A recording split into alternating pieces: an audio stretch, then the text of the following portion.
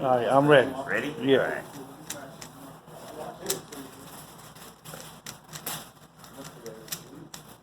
That's why he gets a flat top, man. That's how I get the flat top. All right, so like I said, I got a little bit slower, so don't judge too hard now.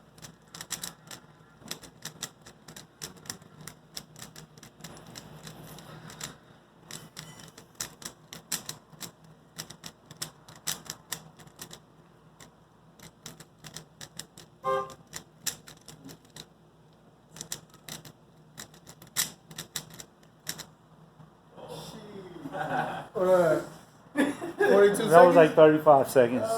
Dang. All right, that's not bad. That's not bad. Not bad. All right, and then my fastest time was 15. So we got down pretty quick. And then I could have kept going, but then there was too many algorithms to remember. I just didn't want to. So there you go. Now you know how to solve a Rubik's Cube. Yeah.